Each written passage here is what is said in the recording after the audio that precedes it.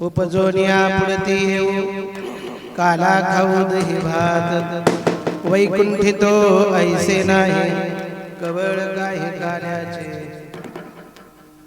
एक एका देवमुखी एकमेका देवमुखी सुखे घालुंबरी वैकुंठितो ऐसे नाही कवळ काही कार्याचे तुका म्हणे वाळवंट बरवे नीट उत्तम वैकुंठितो ऐसे नाही कवळ काही कार्याचे पांडुरंगा करू प्रथम नमन पांडुरंगा करू प्रथम नमन पांडुरंगा दुसरे चरणा संगाते दुसरे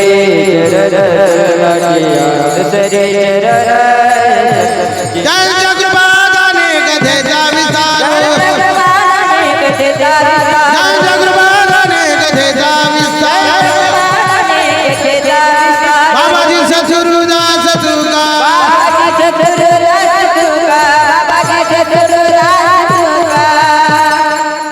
ओम नमो ज्ञानेश्वरा करुणा करा दयाळा तुमचा अनुग्रह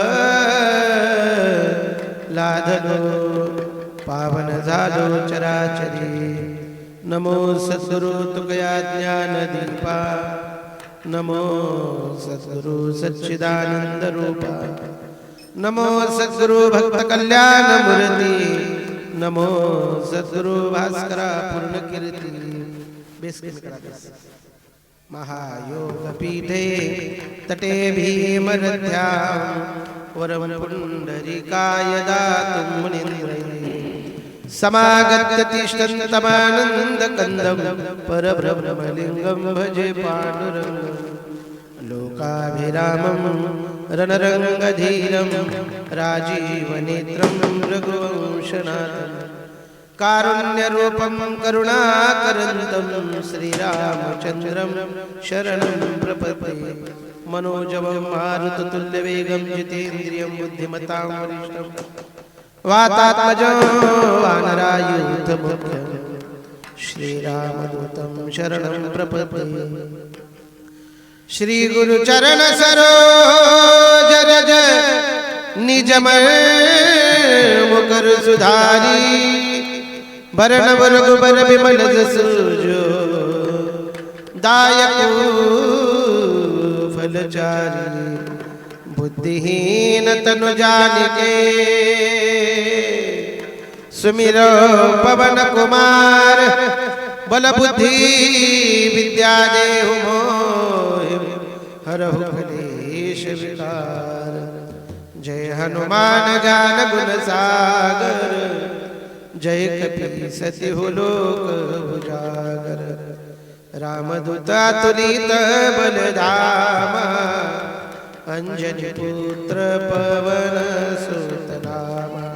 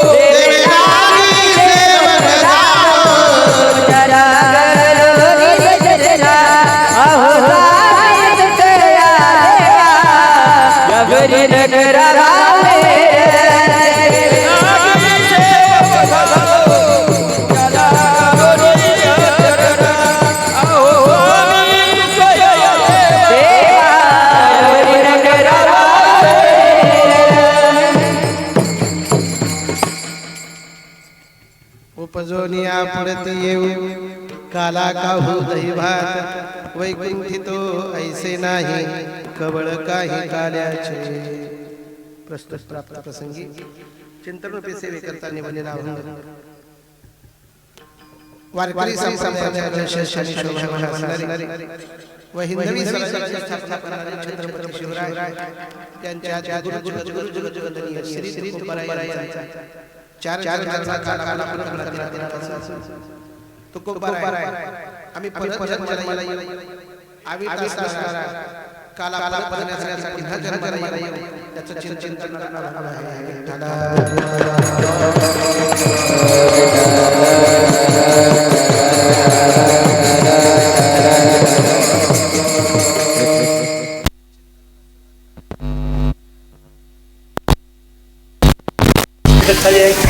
अखिल कोटी ब्रह्मांड नायक भगवान परमात्मा रामप्रभूंच्या रामनवमी निमित्त गेली 15 वर्षापासून सुरू असलेला आणि संपन्न होत असलेला हा अखंड हरिनाम सप्ताह ज्ञानेश्वरी पारायण गाथा पारायण सोहळा श्री हरिभक्तपरायण वैकुंठवासी प्रातस्मरणीय रावसाहेब बाबा पाटील महाराज एकंबीकर यांच्या कृपाशीर्वादाने वैकुंठवासी श्री समर्थ शिवाजी साळुंके महाराज बेगडा यांच्या कृपाशीर्वादाने श्री हरिभक्तपरायण गुरुवर्य ज्ञानेश्वर माऊली महाराज मिडसिंगेकर यांच्या मार्गदर्शनाखाली नामजप यज्ञ ज्ञानेश्वरी पारायण सोहळा याचं आयोजन गेली 15 वर्षापासून आपण करत आहात। हे आपलं 15 वर्ष आणि उपांत्य सेवा ही काल्याची कीर्तनरूपी सेवा म्हणजे पूर्णतेकडे नेणारी सेवा। आज काला झाला की आपल्या सप्ताहाचा पूर्णत्व आलं त्याला। जसं मंदिर चालू आहे आपलं, मंदिराचा पाया घेतला मंदिर पूर्ण होत नाही, भिंती बांधल्या मंदिर पूर्ण होत नाही, शिखर बांधलं मंदिर पूर्ण होत नाही, मध्ये देव आणून बसवला तरी मंदिर पूर्ण होत नाही। मग मंदिराच्या कामा कळस बसवला की मंदिराची काय झाली, पूर्णता झाली। त्या पद्धतीने आपला सप्ताहाचा काला झाला की आपल्या सप्ताहाला पूर्णता आली। विठ्ठल विठ्ठल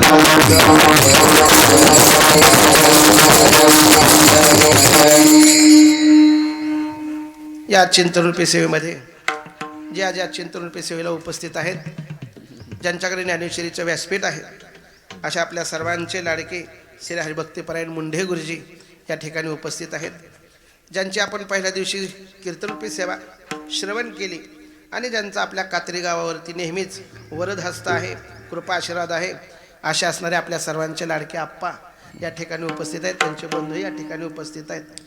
मृदंगाची साथ करण्यासाठी आपल्याच गावचं एक तरुण तरफदार नेतृत्व कमी कालावधीमध्ये ज्यांनी संपूर्ण आपल्या धाराशिव जिल्ह्यामध्ये नाव कमवलेलं आहे, असे आमचे राम महाराज या ठिकाणी उपस्थित आहेत। वाजवा टाळी जरा जोर।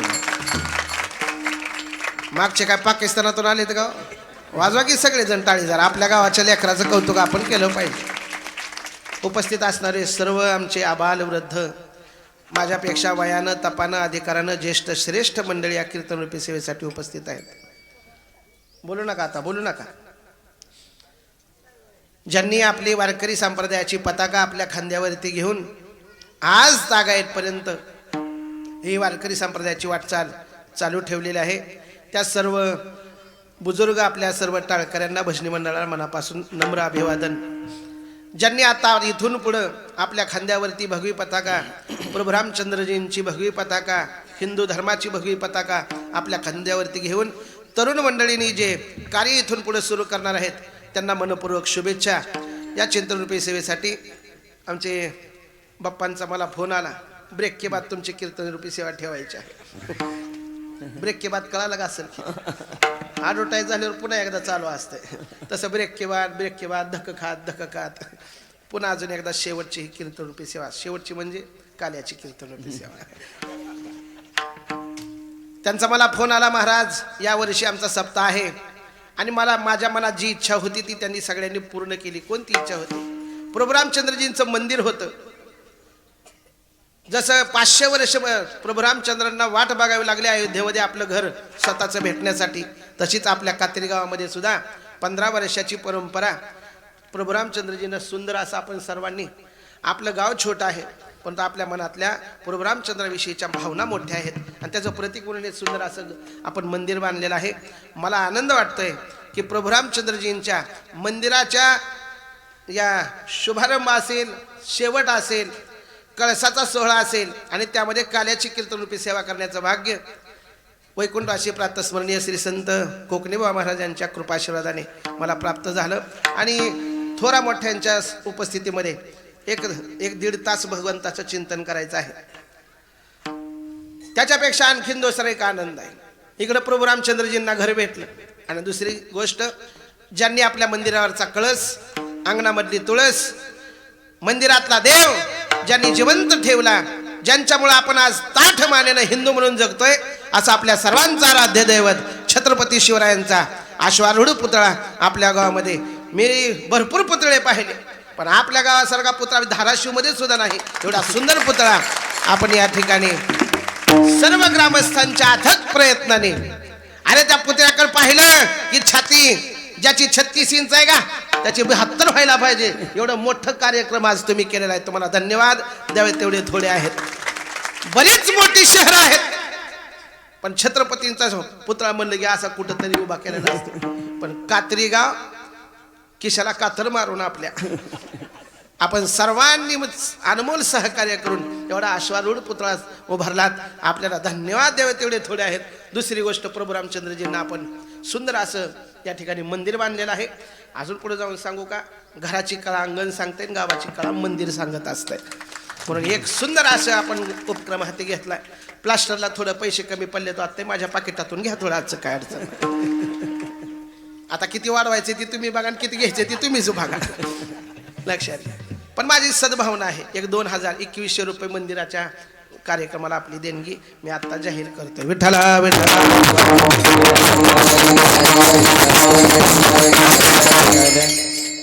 अभंग संत श्रेष्ठ जगद्गुरु तुकोबरा यांचा आणि आपल्या गावाचं नाव महाराष्ट्राच्या कानाकोपऱ्यामध्ये पोचवण्यासाठी आज वारकरी ऑफिशियल चॅनल, यूट्यूब चॅनलच्या माध्यमातून आपलं हे संपूर्ण कीर्तन, आपल्या गावाचा पुतळा, आपल्या गावचं मंदिर संपूर्ण महाराष्ट्रभर आज लोक पाहणार आहेत. म्हणून त्यांच्यासाठी सुद्धा सर्वांनी जोरदार टाळी वाजवा. जिथं कमी तिथं आम्ही अशा चांगल्या आणि जिथं साधे गायक असतील, ज्यांना कोणी किंमत देत नाही, त्यांना आमचं वारकरी ऑफिशियल मोठं करण्याचा प्रयत्न करत आहे. त्यांच्यासाठी मनापासून धन्यवाद. चिंतनरूपी सेवेला सुरुवात. विठ्ठला विठ्ठला. अभंग संत श्रेष्ठ जगद्गुरु तुकोबरायाचा कालापर प्रकरणातील आहे आणि अवीट असणारा काला, अनमोल असणारा काला, दुर्मिळ असणारा काला खाण्यासाठी मी पुन्हा जन्माला येईन, अशी जगद्गुरु तुकोबरायांचं आश्वासन आहे. बरीच माणसं आश्वासन देतात, पूर्ण करतात का नाही ते तुम्हाला माहिती आहे.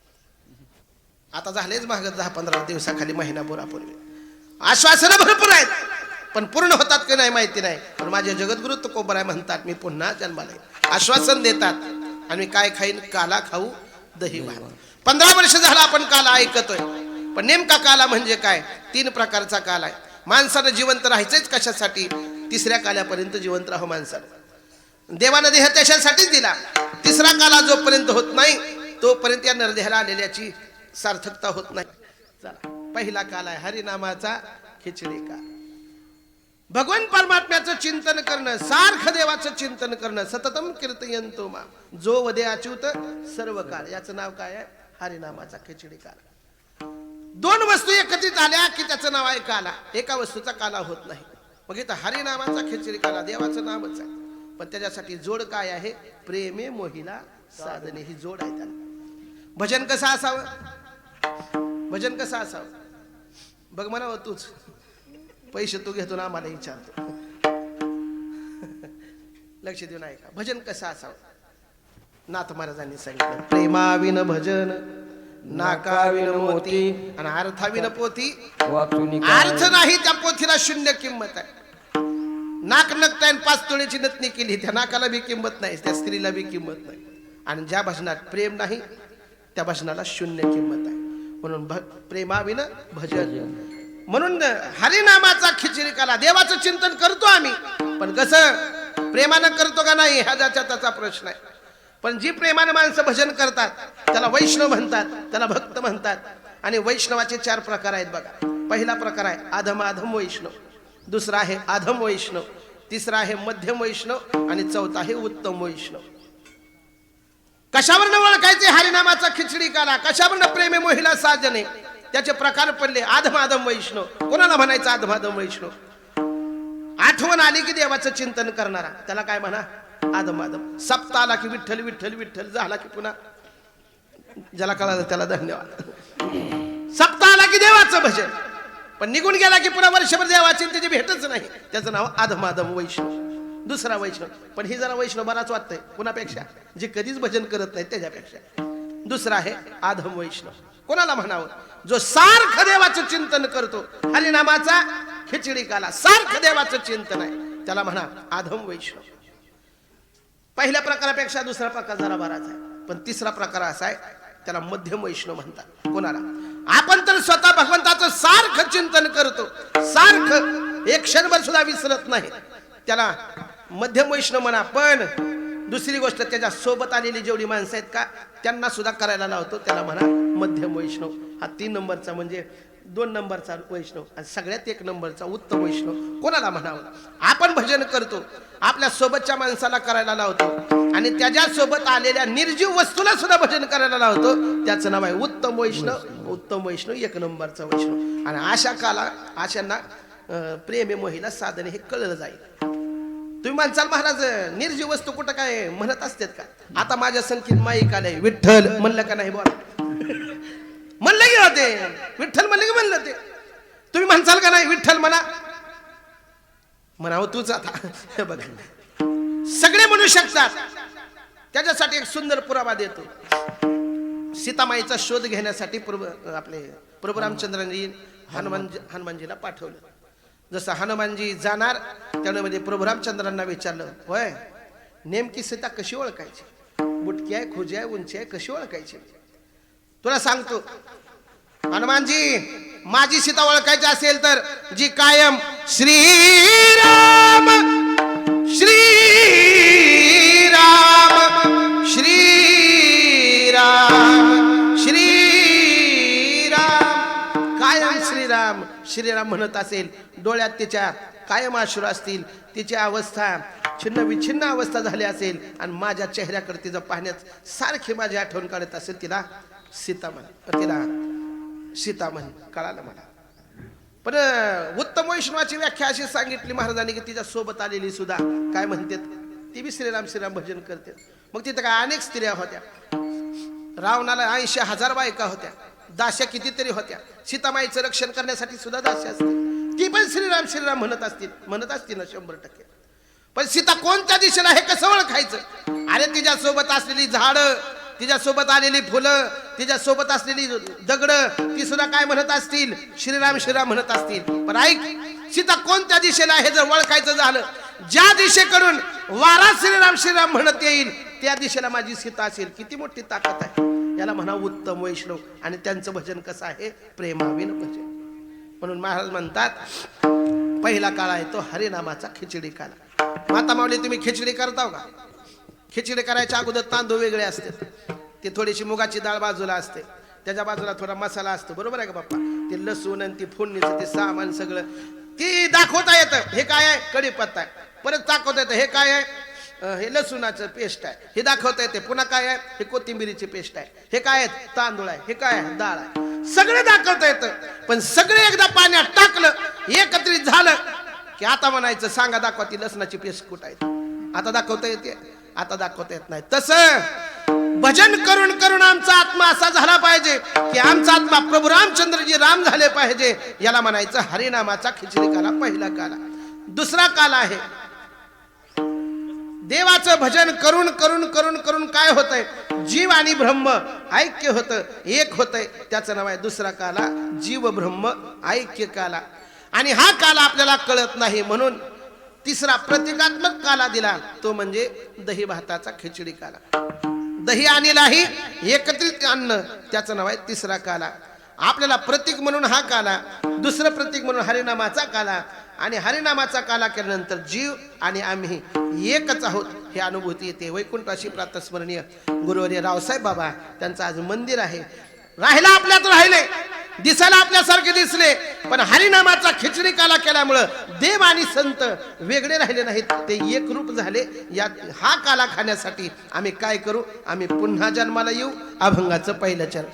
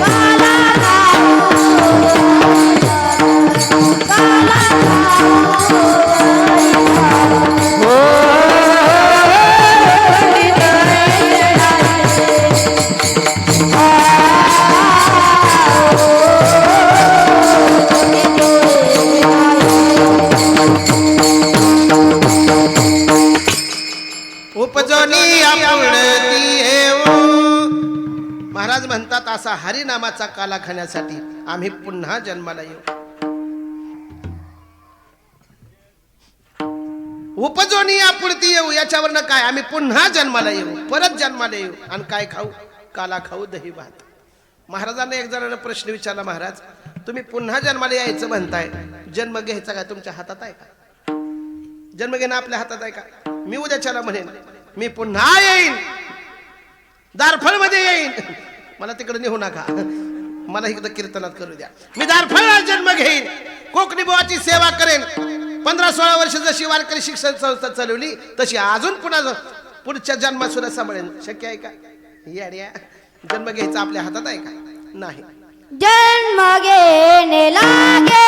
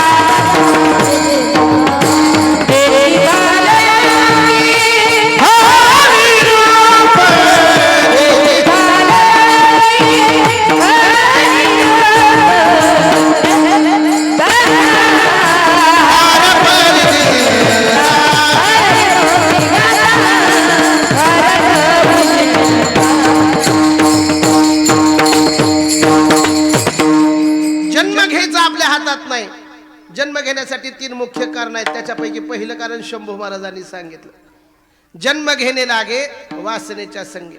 मरताना जशी आपली वासना आहे तसा पुढचा जन्म भेटतोय आपल्याला. जडभरीत राजा हरणी गर्भा गेला, प्रसिद्ध उदाहरण आहे. जशी वासना आहे तसा पुढचा नरदेह आहे. रोहिदास महाराज चांभार अगोदरच्या जन्मामध्ये ब्राह्मण कुळामध्ये जन्माला आलेले, पण रोहिदास सांबार होण्यासाठी काय झालं, एका स्त्रीनं त्यांना, एका माणसाने त्यांना जोडा दिला चांगला. आता जोडा तसला राहिला नाही, आता चपला आली हलकी, माणसं बी हलकी फुलकीच वापरायला लागलीत. आता जोडा होता कर कर कर वाजत होता. त्यांनी सांगितलं एवढा चांगला जोडा दिलाय, आजारी पडले. त्यांनी म्हणले हा जोडा घालण्यापेक्षा देवडीत ठेव. जसा देवडीत ठेवला त्याच्याकडे पाहिलं आणि जीव गेला. पुढचा जन्म जशी इच्छा मरायच्या टायमाला आहे तसा पुढचा नरदेह भेटतो. आणि आपल्या इच्छा, आपल्या आशा, आपली वासना तर कसे कसे गुंतून राहिले ते आपल्या आपल्या चांगलं माहित आहे. एक आजी होती, 4 लेकरं आहेत त्यांना. तुम्ही ऐकलं असेल हे दृष्टांत. 4 लेकरं होती. विठ्ठला विठ्ठला विठ्ठला विठ्ठला विठ्ठला विठ्ठला विठ्ठला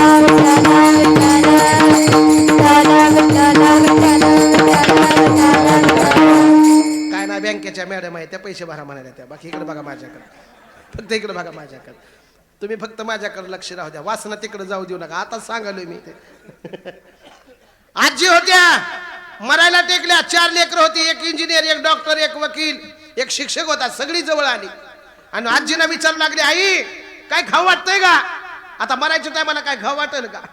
मरणासन्न अवस्थेला आहे. आईने फक्त असं करायची. सुना पण चांगल्या होत्या, मला वाटतं कात्रीतल्या होत्या. एक जणीने विचारलं, आई शिरा करू का तुम्हाला? मानन हलवायची, बोलायला सुद्धा ताकद राहील नाही. दुसरी म्हणली, अहो तू पातला करून देते ना, खावा की? नको नको. मान हलवायला लागले. त्याच्यात एक डॉक्टर होता मुलगा, त्यानं म्हणला माझ्याकडे एक औषध आहे, आपली आई कमीत कमी 5 मिनिटं तर बोलू शकते, द्यायचं का इंजेक्शन? दे की म्हणला. इतके वेळ कशाला तावसावलं असतं.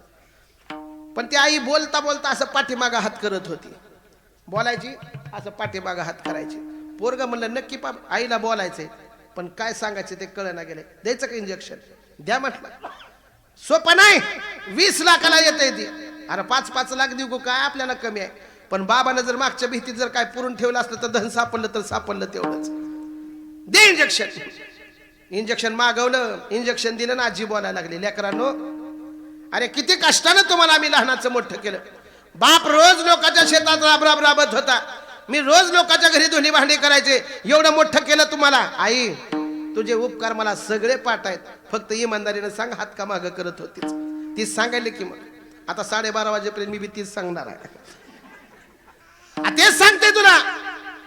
अरे बाबा तुला माहित आहे का, तडपत्या उन्हात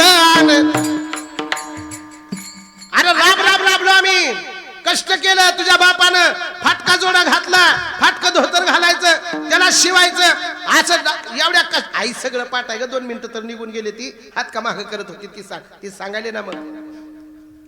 आणि चांगल्या शाळेत घालून तुम्हाला मोठं केलं, एकाला इंजिनियर. आई सगळं पाठ आहे ग. 5 मिनिटं संपत आले, ती हात का मागं करत होतीच. आईनं शेवटचं उत्तर दिलं, बाबानो मला कीर्तन लवकर संपवायचंय, हात का मागं करत होते त्याचं कारण आहे पलीकडल्या गलीतल्या गंगूबाईनं आपली पिठाची चाळणी नेली, अजून आणून दिलेली. 20 लाखाचं इंजेक्शन फुकट गेलं का नाही? मरायच्या टायमाला पिठाच्या चाळणीत मुंडकी जायला लागली, कशी आपली वासना असणार आहे. कसा पुढचा नरदेह चांगला भेटेल? म्हणून जन्म घेणे लागे वासनेच्या संगे. वासना आणि नाथ महाराजांनी सांगितलंच परत, वासना वढाळ गाय गाड्या हो, वासना वढाळ गाय, वासना वढाळ गाय गाड्या हो, वासना वढाळ हानुनी मोडावा पाय, त्याचा हानुनी मोडावा पाय, हानुनी मोडावा पाय, त्याचा हानुनी मोडावा पाय. वासना वढाळ गाय गाड्या हो, वासना वढाळ गाय, वासना वढाळ गाय गाड्या हो, वासना वढाळ गाय.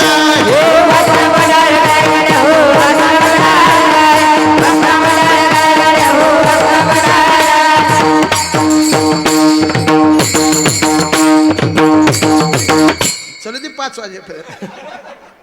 तुला बी काम नाही मला बी नाही. वासना ओढाळ गाय गाड्या हो, वासना ओढाळ गाय, जिकडे जाऊन येते जाय, अशी खतरनाक वासना ओढाळ गाय. वासना म्हणजे काय? आपली आशा. कुणाची आशा संपली का आतापर्यंत बाप्पा? ज्याच्याकडे 10,000 रुपये आहेत त्याला वाटतं 20 लाख असावे, ज्याच्याकडे 20 आहेत त्याला 40, ज्याच्याकडे 40 त्याला कोट्याधीशाला वाटतंय मी अब्जाधीश असला पाहिजे. आशा संपत नाही कुणाची. आज जो सरपंच आहे त्याला वाटतंय मी कधी आमदार होईन, आमदाराला खासदार, खासदाराला मुख्यमंत्र्याला पंतप्रधान आणि पंतप्रधान वाटते कधी टाळ घेऊन उभा राहील.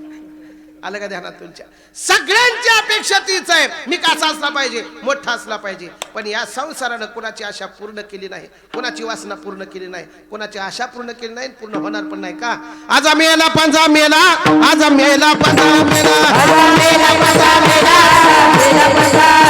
अरे बाबा बसला गेला,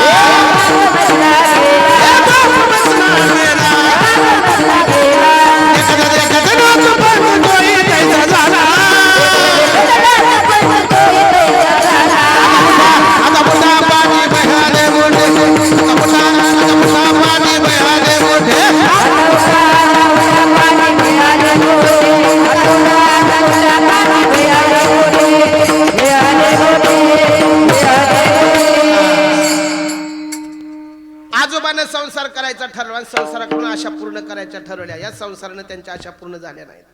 पंजोबाने केला, त्यांच्या आशा पूर्ण झाल्या नाहीत. म्हणून तर नाथ महाराजांचं प्रमाण आहे बघा. आशा कशी आहे माहित आहे का? सगळ्या दुःखाला कारणीभूत असणारी आशा आहे. आपण जेवढी माणसं आज दुःखी आहेत ना, ती सगळी आशेमुळे दुःखी आहेत. मंदिराला हे आपण घर बांधले. मी आता बाप्पांच्या घरी गेलो, जेव्हा पहिल्यांदा सुरुवात केली होती तेव्हा पण आलतो ना, आता पण गेलो. जरा वरी जाऊन बघितलं, गजण्यावरी सोडलेल्या होत्या बापाने. मी म्हणलं ही कशासाठी? पोरग बांधल म्हणले. पुन्हा पोरानं बांधलं. त्या पोराला मी वरी काय ठेवल्या? सळ्या म्हणजे गजऱ्या. ही गजण्या नाही त्या, ही आपली काय आहे? आशा. किती मजले पूर्ण झाल्यानंतर ही गजनी ठेवायची बंद करू आम्ही? नाही. मला सांगण्याचा मुद्दा एकच आहे, आशा ही दुःखाला कारणीभूत आहे, असं ही जन्माला कारणीभूत आहे. म्हणून जन्म घेणे लागे वासनेच्या संगे. एक कुंभारदादा होता, उन्हाळ्याचे दिवस होते. उन्हाळ्याच्या दिवसामध्ये त्यानं गाडगे बनवले आणि खप चांगलाच वाढला म्हणून त्यानं दमच करणा. गाडगे घ्यायचे गाडवावर ठेवायचे, पळायचा बाजारला. गाडगे घ्यायचे गाडवावर ठेवायचे, पळायचा बाजारला. गाडव म्हणलं कुठवर ह्याच्या मागं पळो आता. जी कात्रीत आलं, जी बसलं का ती उठणच गेलं. कोण? तुम्ही गाडव म्हणा फक्त. उठणच गेलं गाडव. लाता हाणायला तरी उठना. कोण? गाडव. बऱ्याच गाडवाली लाता हाणल्या तरी उठत नाही ते. ज्याच्या लक्षात आलं त्याला धन्यवाद. अरे वाजव टाळी, उठत नाही ते. म्हण भजन, कर भजन, नाही वाजवत. कोण? आता गाडव भजन करत असते ती. लक्ष देऊन ऐका. उठणं गेलं ते. गार पाणी टाकलं अंगावरती तरी उठणं. आता उठतच नसतो. मला घामे घुम झाला तो कुंभार दादा. एक चांगला आमच्या बाप्पासारखा माणूस तिथं आला. आता ह्या बाप्पात झाल्या, आता हे बाप्पा आलं. त्यांनी म्हणले, अरे काय एवढा घामे घुम झाला, कशासाठी? त्यानं म्हणला, गाडव जे बसले ते उठणच गेलं. माझ्याकडे मार्ग आहे. एक बांबवाल म्हणला, लहान सोडलं. बांबू माहित आहे तुम्हाला? जे शिवटीला बांधायला कामाला येत ती. आण बांबू. आणला मोठा बांबू. त्यानं मला आता काम कर, त्याच्या पोटाला बांध. लांबसळ त्याच्या पोटाला बांधला आणि हिरवा गार पाला आणला आणि गाडवाला दाखवला. गाडव तटकन उठलं आणि पुढच्या कडेला बांधला. 100 बाजार केली बघा. गाडव काय बसायला नाव घेणार का? आता मी काय गाडवाचं सांगायला आलो इथं? अशी बरीच माणसं आशेने गेली. कोण कोण? आजा गेला, पंजा मेला, अशी बरीच माणसं गेली. पण आशानं, ह्या वासनेनं आमच्या इच्छा पूर्ण केल्या नाहीत. म्हणून महाराज म्हणतात, जन्म घेणे लागे वासनेच्या संगी. आता जशी वासना आहे तशी मरताना राहू शकत नाही. पण मरायच्या टायमाला जर देवाचं चिंतन करून गेलो तर आपल्याला जन्म घ्यायचीच गरज नाही. अंतकालेच मामेव. शेवटच्या काळाला देवाचं चिंतन करून जर आपली आशा पूर्ण झाली तर आपण देवापाशी जाऊन थांबतो. म्हणून जन्म घेण्यासाठी पहिलं कारण आहे आशा. दुसरं कारण आहे पाप आणि पुण्य समान झालं पाहिजे. लोक म्हणले, बरं झाल्या गाड्यानं महाराजांनी सांगितलं. पाप आणि पुण्य समान झालं की चांगलं माणसाचं नरदेह भेटतो. अति पुण्य झालं स्वर्गाची प्राप्ती, अति पाप झालं पशुयोनीला जातो. पण पाप आणि पुण्य समान झालं की माणसाचा नरदेह भेटतो. आजच्या कीर्तनातून चांगलं घेण्यासारखं आहे. काय चांगलं? दिवसभर पाप करायचं, रातभर चोऱ्या करायच्या. काय होतंय? पाप आणि पुण्य. आशेनं पाप आणि पुण्य कुठे समान होत असतंय का? नाही होत महाराज. का? आपण कर्म करतोय पण ते कर्म चुकीचं आहे का बरोबर आहे? पाप पुण्य तुझे आहे. तू धर्माची मूर्ती आहे. प्रभू रामचंद्रांच्या जवळ जायचं आणि आम्ही पाप करतो का पुण्य करतो माहिती नाही. म्हणून दुसरा जन्म घेण्यासाठी पाप आणि पुण्य समान झालं पाहिजे. तिसरा, पावला हा देह काकटाले न्याय. एका न्यायानं आंधळ्याच्या हातात जसा अचानक कावळा सापडावा तसा आम्हाला हा नरदेह भेटलाय. महाराज, या 3 दोषांनी युक्त असं हे काय आहे? पुन्हा जन्म घ्यावा लागतोय. तुमचं कसं आहे? तुकोबाराने सांगितलं, भक्ताईशी जाना जे देवदास गेली आशा पाश. आमची आशाच निघून गेली आहे, वासनाच नाही आमची. बरं असेल तर कोणती असेल? फक्त तो मज व्हावा, तो मज व्हावा, वेळ व्हावा पांडुरंग. दुसरी गोष्ट, पाप आणि पुण्य समान व्हायची गरजच नाही आम्हाला. का? तुका म्हणे आम्ही झालो अग्निरूप. आम्ही अग्निरूप झाल्यामुळे आमचं पाप बी जळून गेलं, पुण्यही जळून गेलं. त्याच्यामुळे आम्हाला पाप पुण्याची भीती नाही. आणि तिसरी गोष्ट महत्वाचा मुद्दा आहे, पावाला आधी अचानक पावलाय तुकोबाराय म्हणतात. यायचं बी आमच्या हातात आहे आणि जायचं बी आमच्या हातात आहे. त्याच्यामुळे हे 3 दोष आम्हाला लागत नसल्यामुळं मी काय करतोय, मी पुन्हा जन्माला येईल, उपजून या पुढती येऊ. आणि काय खाऊ? काला खाऊ दहीभात. साधारण दहीभाताचा काला खाण्यासाठी कशाची अपेक्षा आहे? साधारण दहीभात. बरं राहते तुकोबाराय कुठं? आम्ही वैकुंठवासी अनुयाचे कारणाची.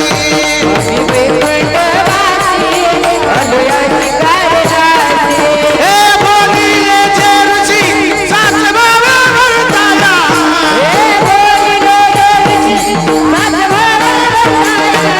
माणुसंताचे मार्ग आणि राणी भरग जग.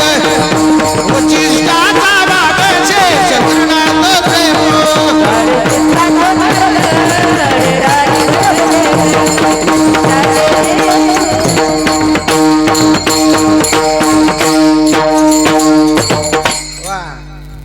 महाराज म्हणतात आम्ही वैकुंठवासी आलो याच कारणासी. आम्ही कुठून आलोय? वैकुंठातून आलोय. तुकोबारायांचं राहण्याचं ठिकाण वैकुंठ आहे. बरी इमानदारीने सांगा, आमचा सगळ्याचा परमार्थ कुठं जाण्यासाठी आहे?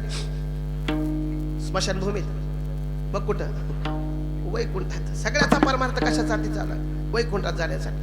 जर तुकोबाराय वैकुंठातून खाली येत असतील आणि आपल्या सगळ्याचं भजन वैकुंठात जाण्यासाठी आहे, मग वैकुंठ काय साधी सुद्धा वाटतंय का आपल्याला?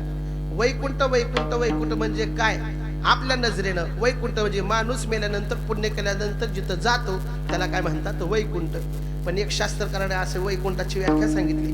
वै म्हणजे संपणे, वै म्हणजे भेद, आणि कुंठ म्हणजे संपणे. भेद संपणे याचं नाव काय आहे? वैकुंठ.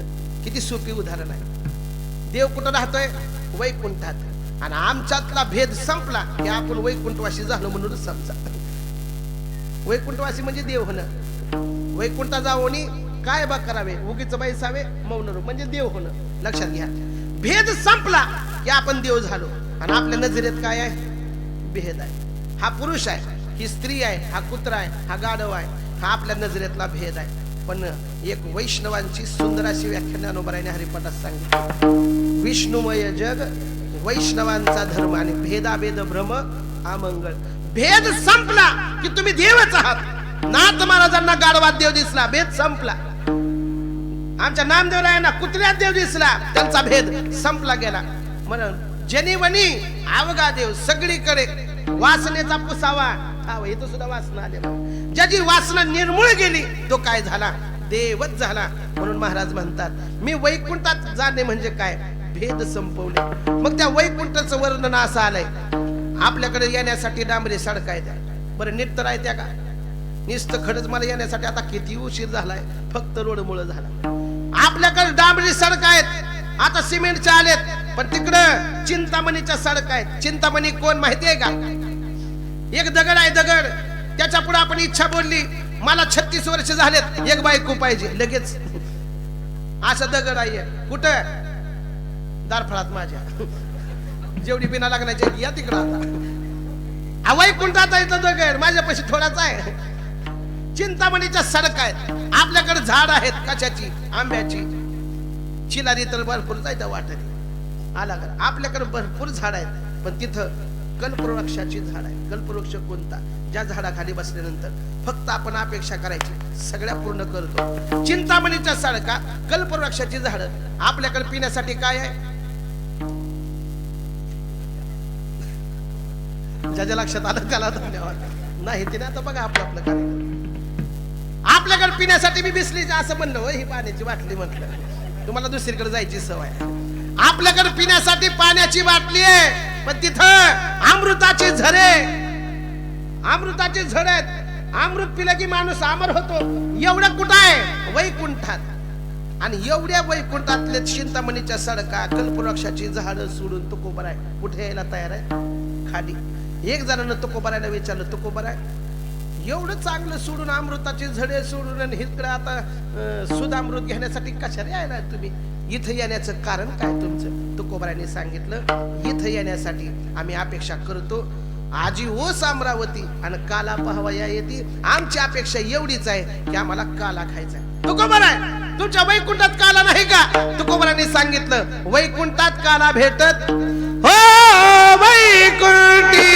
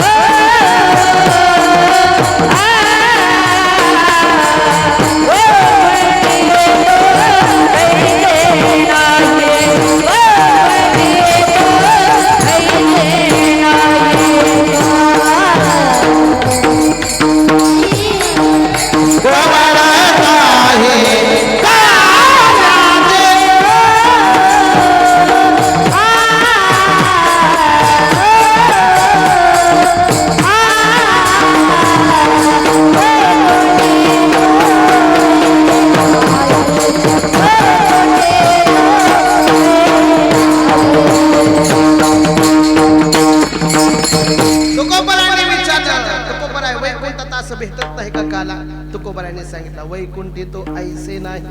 ऐसे म्हणजे कैसे? वैकुंठात मी मगाच सांगितलं विको विको मी मगाशीच सांगितलं दोन वस्तू एकत्रित आल्या की मग काला होतो. पण वैकुंठात देवच आहेत सगळे, तिथं भक्त नाही. आणि जिथं देव असतात जिथं भक्त असतो तिथं काला होत असतो. म्हणून खाली काय आहे? भक्त आहेत, देव आहे आणि देवाचं नाम आहे.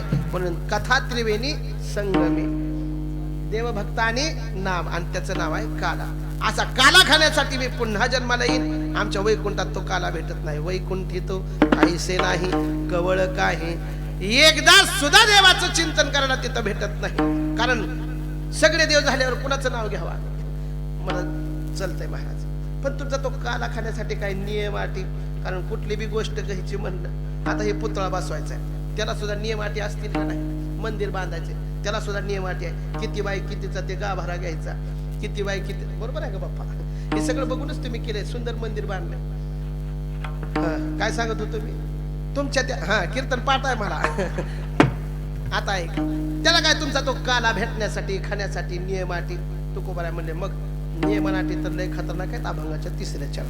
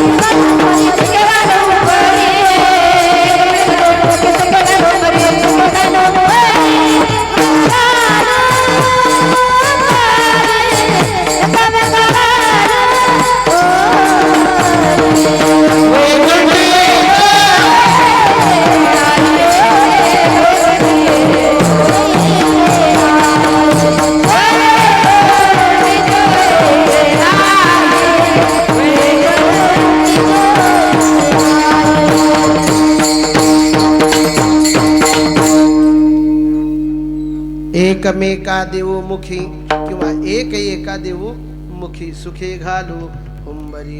महाराज म्हणतात तो काला खाण्याची पद्धत, ती काला खाण्याची रीत अशी आहे, एकमेकाच्या मुखात देऊ.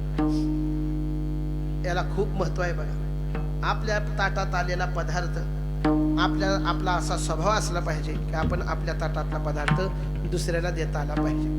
सगळ्यात महत्वाचं सांगू, आपण घेतलेला आनंद दुसऱ्याला देता आला पाहिजे. याचं नाव आहे एकमेका देऊ मुखी. बरीच माणसं मी मगाच सांगितले ते उत्तम आदमादम आदम वैष्णव स्वतःच करायला बघते ते. हे आपल्याला काय जगाचं घेणं देणं, आपलं झालं बाज झालं एवढंच आहे. अजून पुढे जाऊन सांगू, तुमच्या गावात कोण करत नाही, धाराशिव जिल्ह्यात कोण करत नाही, लय लांबचं सांगायला मी. एखादी योजना जर आली का आपापली जवळची घरकुला आली, कोणाकोणाला घेते ती. आता ही हसायला होती आरती, मला तर जरा घोटाळा असलेलीच वाटायला. एकमेक असतंय का? नाही नाही, फक्त आपापल्या. आलं का ध्यानात तुमच्या? आपण घेतलेला आनंद दुसऱ्याला देता आला पाहिजे. म्हणून तर अनेक प्रमाण असे आहेत. एकट्याने तुकोबराय म्हणतात मी कधी परमार्थ करणार नाही, सगळ्या जणांना घेऊन करू. अनेक प्रमाण आहेत. आता थोडीशी माझा डायनामा खराब असल्यामुळं आणि थोडासा उशीर झाल्यामुळे गटाकडे जास्त लक्ष चाललेलं आहे. एक गाव आम्ही म्हणतात, एकटं नाही. एक गाव आम्ही सगळे विठोबाचे नाव. तुकोबरायांनी कधी एकट्यानं परमार्थ केलं नाही, सगळ्याला घेऊन या रे लहान थोर सगळे जण या, कुणीही या, कटनटी यावे, शुद्ध होऊन जावे. म्हणून आपल्याला एकमेकाच्या मुखात देता आलं पाहिजे. याचाच अर्थ काय आहे? दुसऱ्याला सुखी बघता आलं पाहिजे. एकमेका देऊ मुखी आणि सुखे घालू हुंबरी. हुंबरी कधी देते माणूस माहित आहे का? जांभळी कधी देते सांगा बरं? कीर्तन आवडायला गेल्यावर कधी देते जांभळी माणूस? पोट चांगलं भरलेलं असावं, गार सावली असावी आणि तिथं जांभळी दिल्याशिवाय राहते का? बोला, नाही राहत. म्हणजे माणूस सुखी कधी आहे? पोट भरलं की माणूस सुखी होतो, आणि ज्याचं पोट भरलेलं नाही तो माणूस कायम दुःखी आहे. म्हणून जेवढे आपण इथं आलेले आहेत का सगळ्यांची पोट कशी आहेत? रिकामी आहेत. म्हणून तर तुकोबाराय म्हणतात यालं तरी या रे लागे, अवघे माझ्या मागे मागे. जीवाकडे गेला की जीव दुःखी आहे, तो आपल्याला सुख देऊ शकत नाही. मग कुणाच्या मागे जाऊ? आम्ही देवाच्या मागे जाऊ. आज देतो पोट भरी पुरे म्हणाल तो वरी. अजून पुढे बघा, परमार्थात आल्यानंतर सप्त्यातला महाप्रसादाचा एक घास खावा, पोट भरल्याशिवाय राहत नाही. आणि तुम्ही घरी किती बी जेवा, 10-12 भाकरीचा मुर्दा करा, नाही संपत. राग तर येत नाही ना? 100% माझं आता ओळखीतोय तुम्हाला मी. पण कसं असतंय काय, कुणाचा राग तिथं असतंय. पण तुम्ही आपली माणसं टेन्शन नाही. आजपर्यंत कमी सांगा, जेवढी माणसं झटायला येते, कशासाठी झटायला येते? इथं बरं पोटासाठी. काय जणांचं गावात भागना म्हणून गाव सोडून शहरात गेले, कशासाठी? फक्त पोटासाठी म्हणत राहा. काय जणांनी शहर जिल्हा सोडला आणि काय जण पुण्याला गेले, कशासाठी? पोटासाठी. काय जणांना पुण्यात बी भागना, काय जण गेली मुंबईला, कशासाठी? काय जणांना महाराष्ट्र राज्यात भागना म्हणून राज्य सोडलं. मी आमची पोरं घेऊन चेन्नईला गेलो कार्यक्रमाला. राम महाराजांनी बघितले व्हिडिओ माझे. चेन्नईला गेल्यानंतर तिथं आता आमचं कुणाला कळणार, त्यांचं आम्हाला कळणार. याड मारते खड मारते, कायच कळणार. बरं नेहमी बी अक्षर बी निसते जिलब्या कायच कळायचं नाही. आता काय करावं म्हणून येऊन फसलाव का काय करावं? तेवढे मध्ये आमचा ते टाळाचा आवाज आणि ती मृदंगन पोरांचं पावलं बघून एक माणूस आला आणि मला म्हणला राम राम. मी मला आतापर्यंत सगळी जय गोविंद आणि हे गोविंदाच म्हणाले होते, राम राम कोण म्हणलं का? माग वळून बघितलं तो चॉपदार. माग वळून बघितलं. मी म्हणलं हु आर यू, कारण तिकडे इंग्रजी बोलावी लागत होती. ते म्हणले इंग्रजीत बोलला का? मी मराठीच आहे. मी म्हणलं कसं काय? मी महाराष्ट्रातला आहे, तुळजापूर तालुक्यातला आहे, कात्री गावातला आहे. मी म्हणलं इकडं कशासाठी? राज्य संपत. काय जणांचं राज्याला बी भागना, काय जणांनी देश सोडला, काय जण दुबईला गेले, काय अमेरिकेला गेले, कशासाठी? पण त्या अमेरिकेतला पोरा मी प्रश्न विचारला, हे आणि एवढं तुला पगार आहे, पोट भरलंय का आजपर्यंत? त्याने सांगितलं नाही महाराज.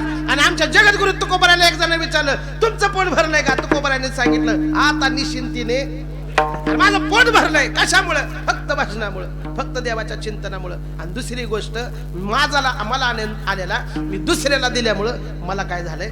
समाधान झालंय. फक्त एकदा आपल्या ताटातली भाकरी भुकेल्या माणसाला देऊन बघा, ते समाधान वेगळं आहे. विठ्ठला विठ्ठला.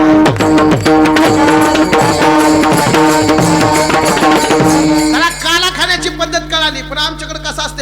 खाणे फोडायलाच उशीर आहे तोवर तर त्याला धरून वळून इकडं तिकडं दाबत तिकडं गाडगी इकडं आणि प्रसाद सगळा खाली असंच असते का नाही आपलं तसं करू नये का नाही आपल्या आता जर एक लाही आली तर त्याच्यातली अर्धी करून शेजाऱ्याला द्यावी एकमेका देवमुखी आपली सुख आपली दुःख एकमेकाला सांगावी पण कुणाला सांगावी ह्याला बी किंमत आहे काय काय माणसं आपली दुःख रडून ऐकत ती दुसऱ्याला जाऊन हसून सांगत येते तसल्याच्या भानगडीत पडून माणसं ओळखावी विठ्ठला विठ्ठला बरंच झाला 1 तास झाला तुमच्या चिंतनाला पण ऐका आता काला कसा खायचा सांगितला वैकुंठात काला भेटत नाही म्हणताय मग नेमका काला कुठे भेटतो तुकोबाराने सांगितलं तुका माने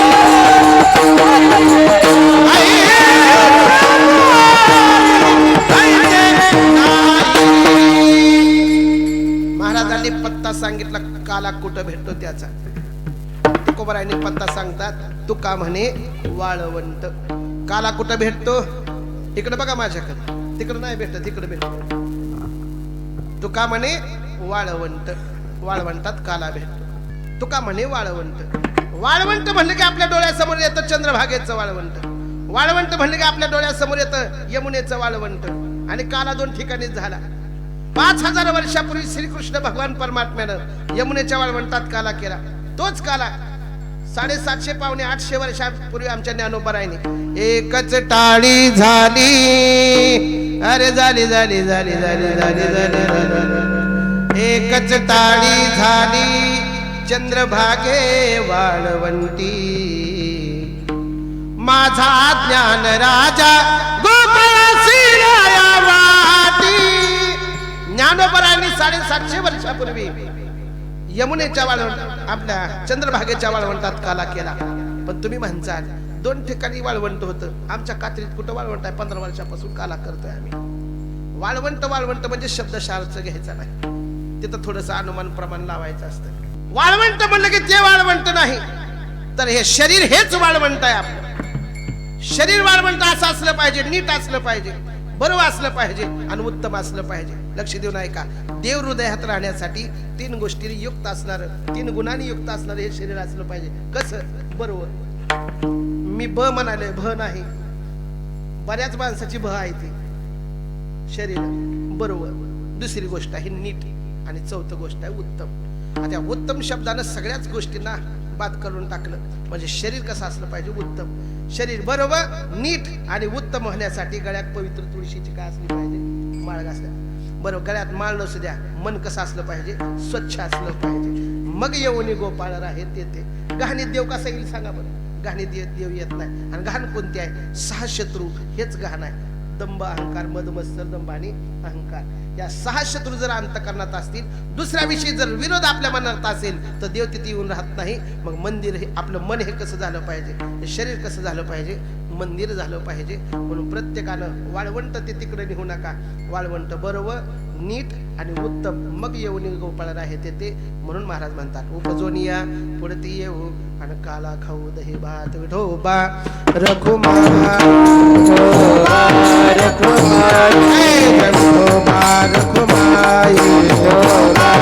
अभंगाचा सरळ सरळ भावार्थ आपल्या पुढे मांडलेला आहे. पण काल्याचं कीर्तन म्हणलं की चरित्र ते उच्चारावे केले देवे गोकुळी. भगवान परमात्म्यानं ते चरित्र म्हणजे कोणतं? केले देवे गोकुळी. ते गोकुळात जे चरित्र केले ते, पण तिथं पण थोड्याशा मर्यादा आहेत. कोणत्या? रांगत रंगणी चोरीत लोणी, रांगत रंगणी चोरीत लोणी, धरते गवळणी, धरते गवळणी, देते चरणी देते गारणी, यशोदे साधू कृष्ण आडवा आडवा, परतरी माते धावा कृष्ण आडवा आडवा.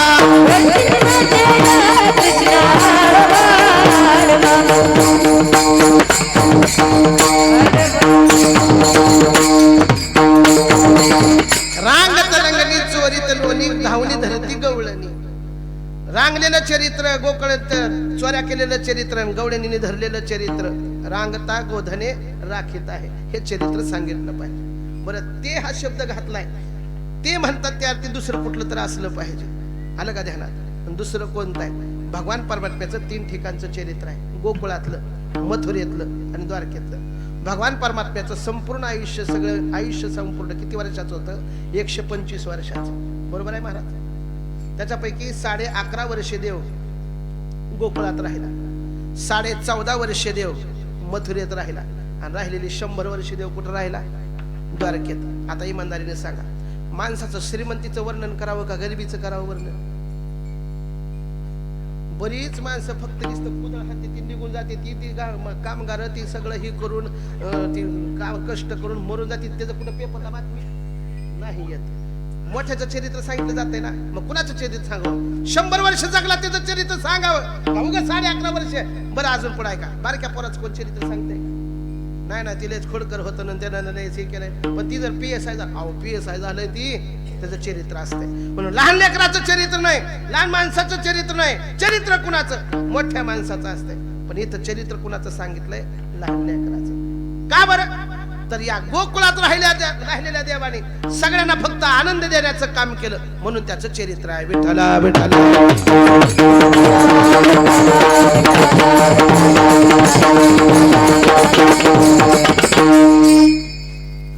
म्हणून चरित्र ते उच्चारावे केले गुदेवे गोकुळे. गोकुळात केलेलं चरित्र आहे. कृष्णाचा जन्म झाला, सगळ्या गवळणींना आनंद झाला.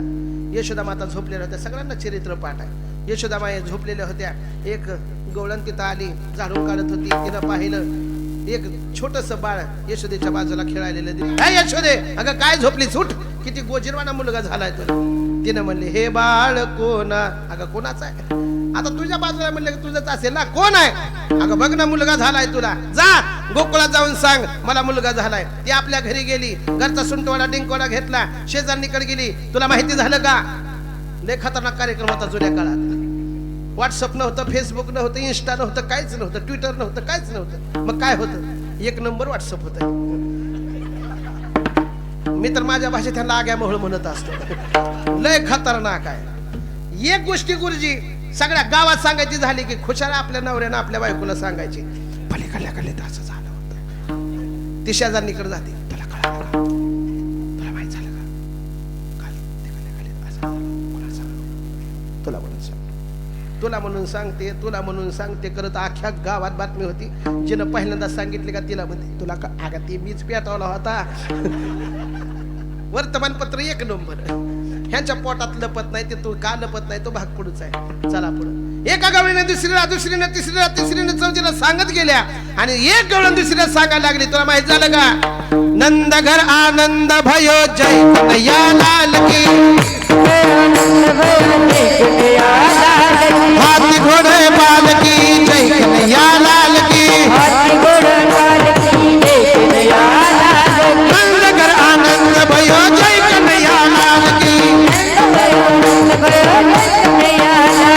हाथी घोड़े बाल की जय कन्हैया लाल की, आनंद भयो जय कन्हैया लाल की, हाथी घोड़े बाल की जय कन्हैया लाल की,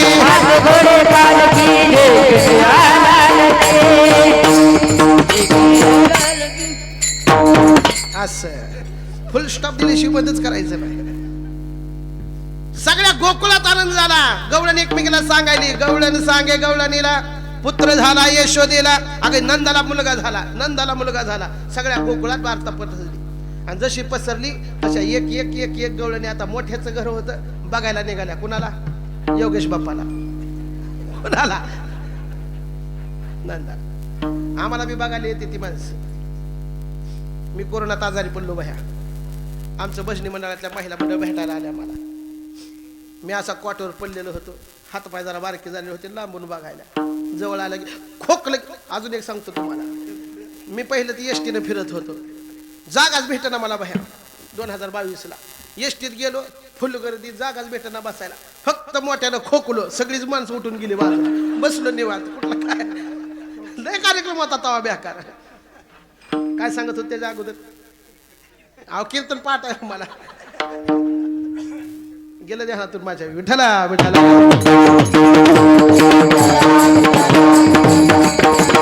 चला इकडं आपल्याकडे. सगळ्या गोकुळातल्या गवळणी बघायला चालल्या, मोठ्याच्या घरी बघायला जात होत्या. कसा दिसतोय कृष्ण? एक जणीने सांगितलं, काय सांगावं? राजस सुकुमार मदनाचा पुतळा. अगं तो मदनाचा पुतळा आहे. रवी शशी कळा लोपलिया. त्याच्या तेजापुढं सूर्य सुद्धा थांबला. 1000 सूर्याचं तेज त्याच्या चेहऱ्यावर. त्या सगळ्या गवळींनी ऐकलं. गवळीने बघायला चालल्या. तिथे एक 95 वर्षाची म्हातारी होती. तिनं विचार केला, आपण मी बघायला जाऊ. बरं होती म्हातारी, जावं का नाही तसंच्या तसं. ती म्हणली, आपण बी ब्युटी पार्लरला जायचंय. आता काळात का ब्युटी पार्लर नव्हतं. अहो लय खतरनाक कार आहे का माहिती ब्युटी पार्लरचा. तर आता सांगून वेळ घेत नाही, 12:15 झाल्यात. पहिल्या काळातला आपल्या घरातच होतं सगळं सजवायचं सामान. 95 वर्षाची म्हातारी आहे, डोळ्यानं दिसत नाही. पहिल्या काळात चष्मा नव्हता. आरशाच्या पुढे उभा राहिली. डोळ्यात काय घालतात? काजळ. तिनं ओठाला लावलं. ओठाला लावतात काय? तुम्हाला कसं काय माहित? कार्यक्रम इकडं असते सगळा. ऐक ऐका. इथं लावायची लाली, डोळ्याला लावली. डोळ्याचं काजळ, ओठाला लावलं. कपाळाचं कुंकू इथं गालाला लावलं. उलटी साडी घातली आणि बाई निघाली. ओठो पे काजळ, आंखों में लाली. वाढू नका. ओठो पे काजळ, आंखों में लाली. गालों पे टिकली लगाते चली. दीवानी बनी मैं दीवानी बनी. दीवानी बनी मैं दीवानी बनी. दीवाने बने मैं दीवानी बने.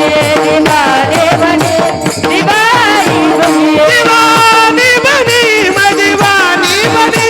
दीवानी बने मैं दीवानी बने.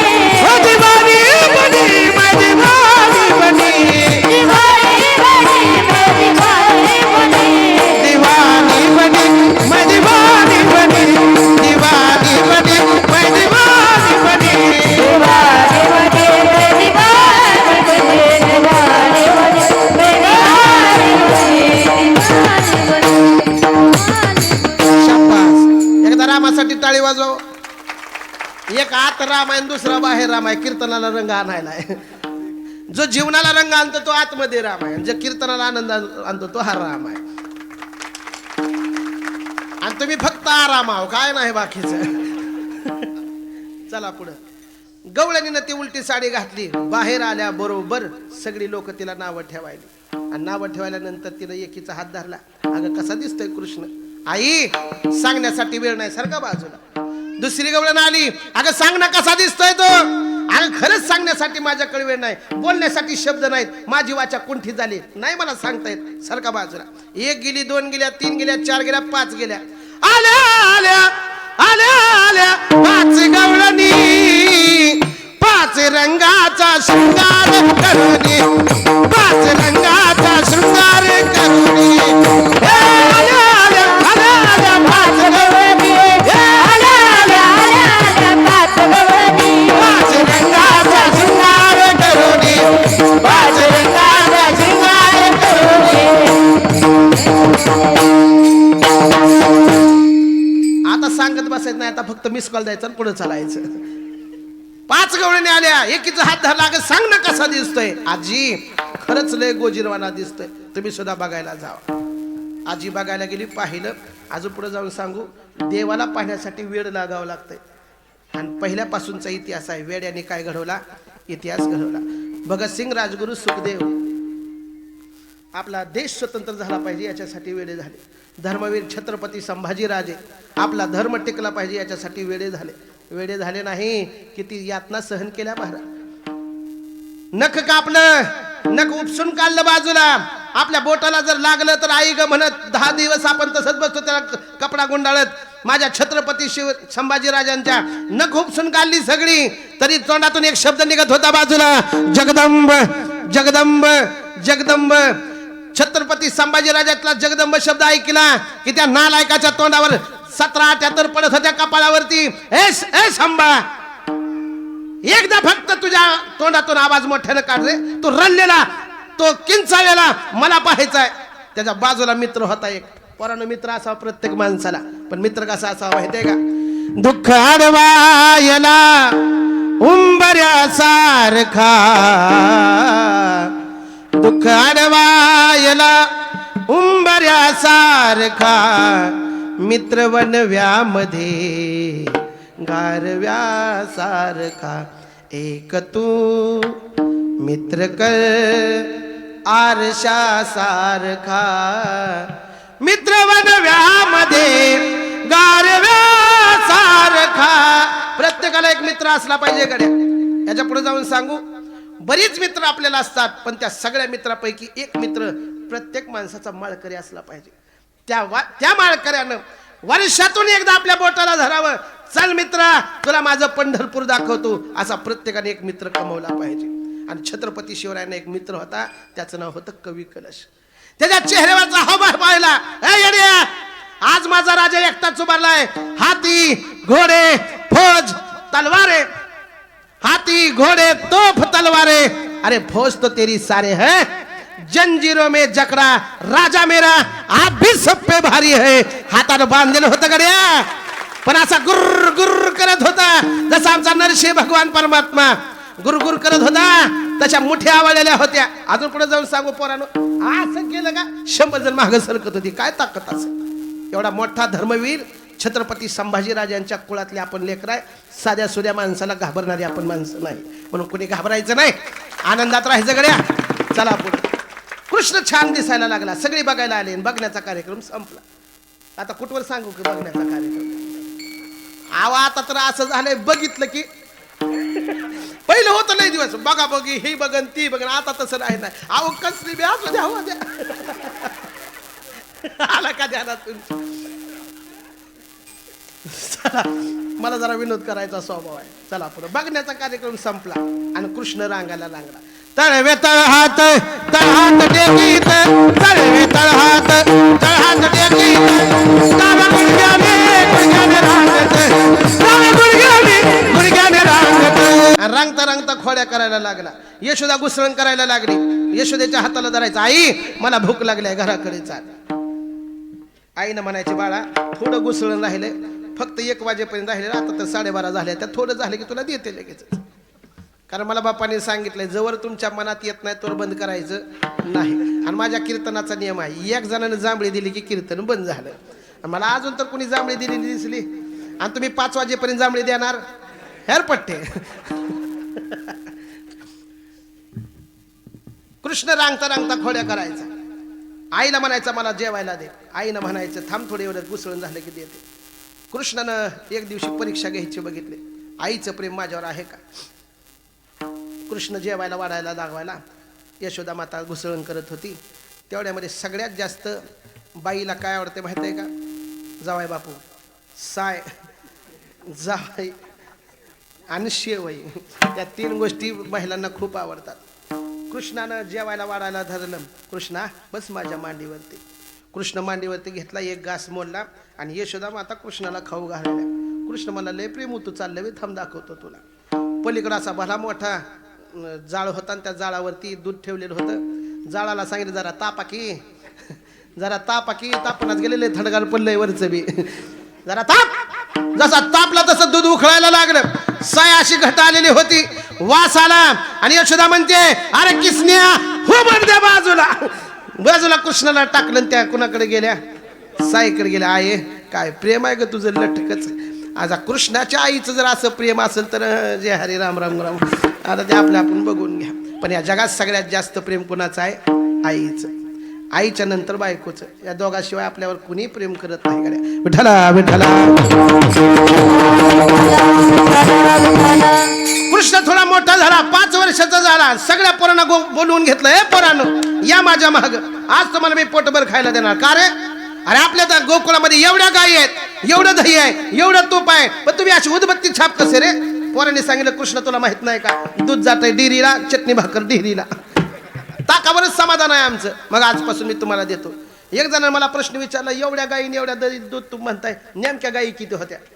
भैया गोकुळात आपल्याकडे जसं आमदार खासदार असे पद आहेत का, त्या काळात गोकुळात जेवढ्या ज्याच्याकडे जास्त गायी तशा पदव्या दिलेल्या होत्या.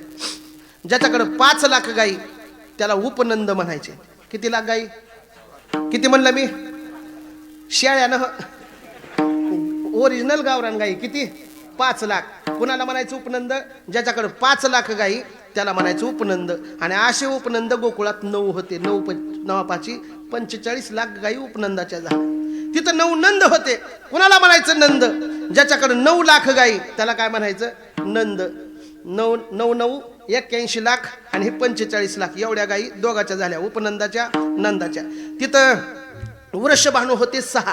कुणाला म्हणायचं वृषभानू, ज्याच्याकडं 10 लाख गायी त्याला काय म्हणायचं, वृषभानू. असे 6 होते. 10 सख्खी 60. माझं कॅल्क्युलेटर जरा कमी, माझी बुद्धी कमी आहे गणितात. मी 10वीला नापास झालतो गणितात.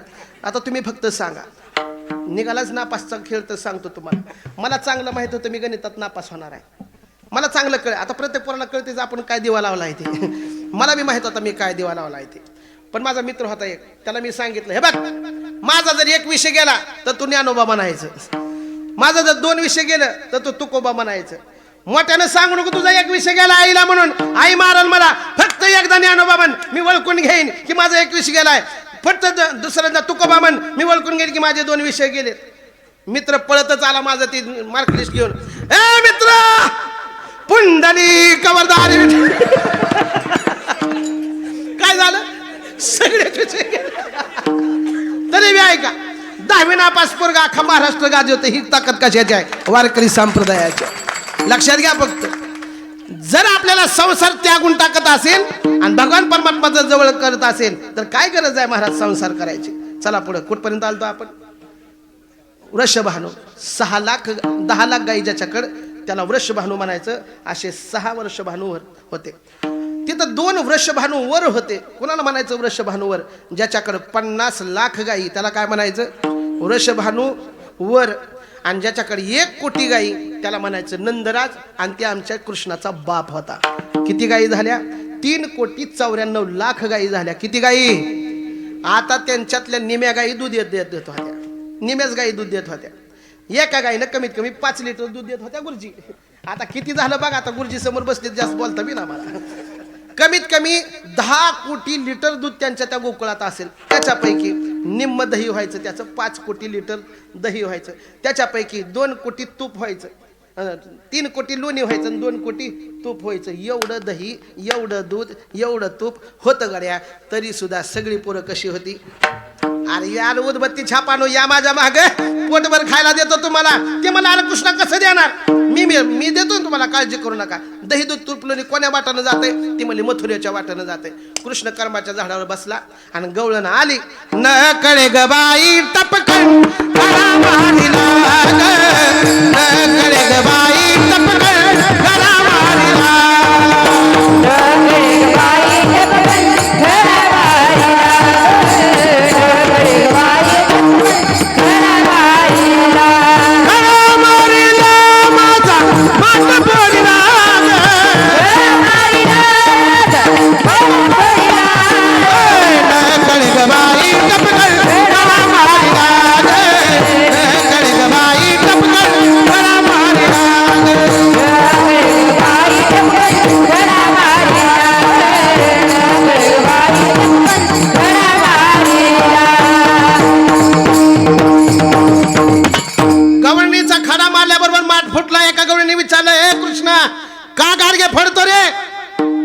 कृष्ण म्हणला सोयाबीन आम्ही पिकवायची, खात आम्ही विकत आणायचा, राब राब राब आम्ही राबायचं, बाया लावून खुरपून घ्यायचं, पोते भरून घरी आणायचं आणि आडतीला न्यायला की भाऊ तुम्ही ठरवायचा. कुण्या बापानं सांगितलं रे?